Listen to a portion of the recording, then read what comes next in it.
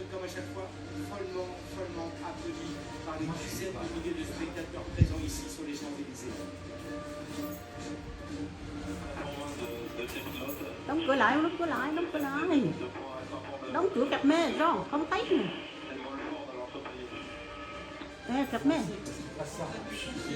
On le dit, le meilleur joueur de rugby du monde. Voilà, il a été le meilleur joueur du monde au sein de l'équipe de France de rugby qui elle-même vient de passer au rang mondial. Maintenant, voilà, pour le monde de rugby. Il est là, Antoine Dupont, on le voit. Bravo! I love Paris, I love France.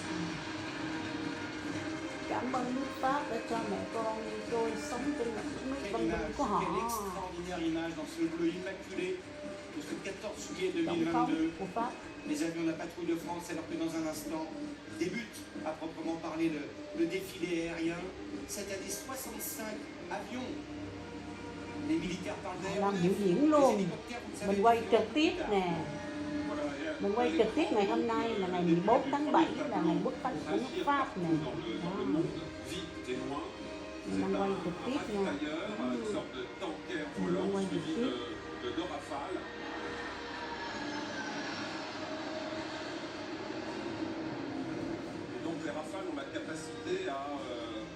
Trực tiếp ta đã chưa đang diễn ra ở Paris, thủ đô mình sống nha. Pour l'extraction d'Afghanistan de 3000 ressortissants français européens.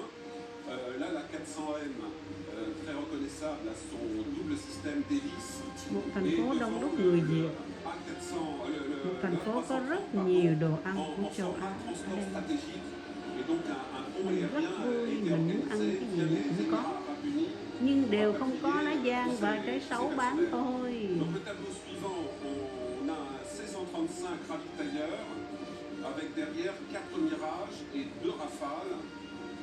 Toujours cette idée que pour pouvoir agir loin et vite, Họ đang bay trực tiếp giờ đã chết. Station de pompe à essence dans le ciel. Voilà, les images sont magnifiques. Magnifique. Wow. C-135, la perche, qui est cette sorte de petit entonnoir dans lequel est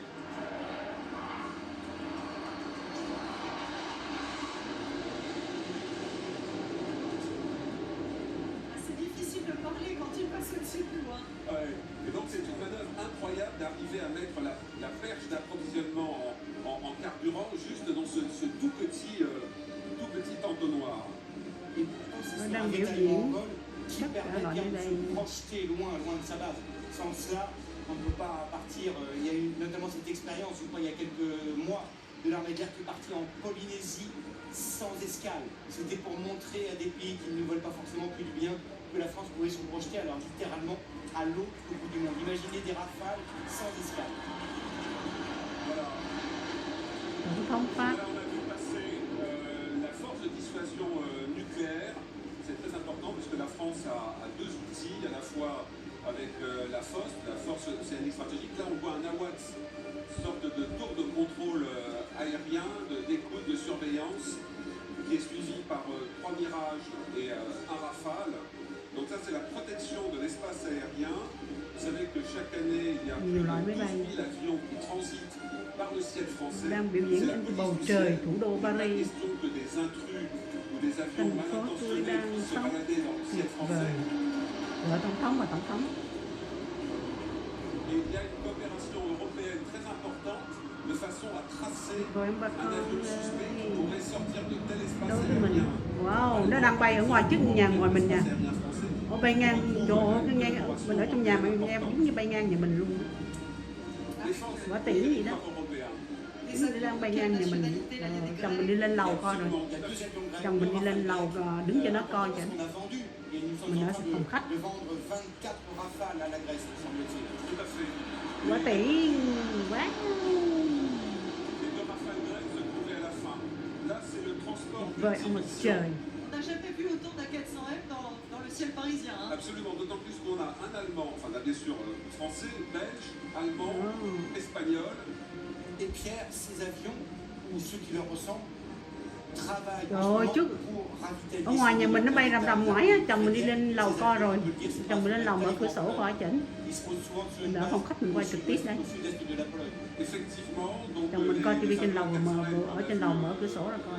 qu'on voit encore à l'image, Nó bay rầm rầm et rầm. derrière qui sont suivis par deux C-130. Tưởng tượng đâu những người sát nhà mình. Bien sûr, le Tổng thống Pháp. le flux de transport logistique. Máy bay trên bầu trời thủ đô Paris, Voilà le tập parfum de la họ boîte. bay trình diễn. L'Okaï. L'Okaï Marine, vous voyez, avec à l'arrière la crosse d'appontage, puisque ce sont, là vous avez un bloc marine, puisqu'il y a également des marins du ciel avec Quá tiễn. l'aéronautique navale, et qui sont déployés avec cette crosse qui leur Ôi ôi, nó rầm rầm ở ngoài nhà, ở ngoài vườn nhà tôi kìa, biết nhà, ở ngoài nhà tôi kìa. Đúng như nó bay gần đây vậy, nó nghe bự mà nó giống như bay gần nhà tôi vậy. Đúng như bay sát nhà tôi vậy. Chồng mình giữ mình lên nó coi mình làm quay video. Bỏ tiễn trình diễn đủ loại máy bay.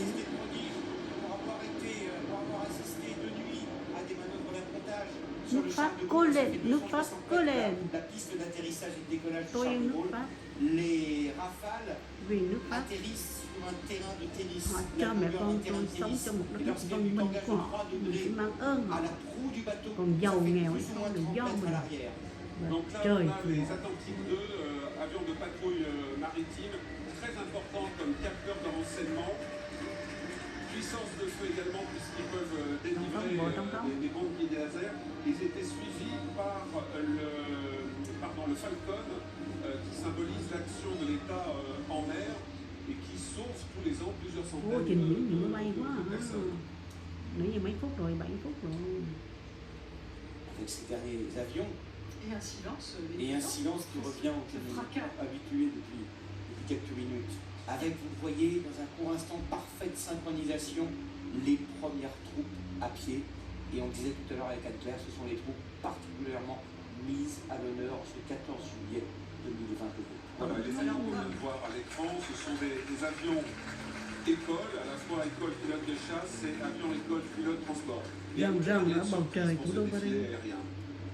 Và C'est donc le drone qui va arriver, que l'on voit à l'écran, 20 mètres d'envergure. Qu'est-ce que c'est un drone pour ceux qui ne sont pas familiers? Donc c'est un avion sans pilote avec plusieurs capacités, notamment une capacité de surveillance. C'est la première fois qu'on le voit. En fait, les années passées, il n'était pas visible parce qu'il participait à la bulle de sécurité aérienne qui enveloppe Paris. Donc 20 mètres d'envergure, c'est un drone mâle, alors non pas toujours les drones femelles, mais mâle pour moyenne altitude, longue endurance, qui peut voler 24 heures, faire de la surveillance nuit et jour. tưởng tượng nó cũng nó bay sát nhà tôi vậy. Et Rầm notamment rầm. au Sahel, il a contribué à détruire des groupes de combat terroristes grâce à un raccourcissement de la chaîne de recueil du renseignement, renseignement par le groupe d'observation et après autorisation de tir. Hết rồi. Alors, vous les voyez arriver. Ils Bắt đầu họ diễn tập thôi mình ngưng. porteurs d'uniformes qui ressemblent à des uniformes français et pour cause, ce sont les nations étrangères de l'Est qui sont invitées cette année. Vous les voyez, les Bulgares, les Estoniens, les Hongrois, les Lettoniens, les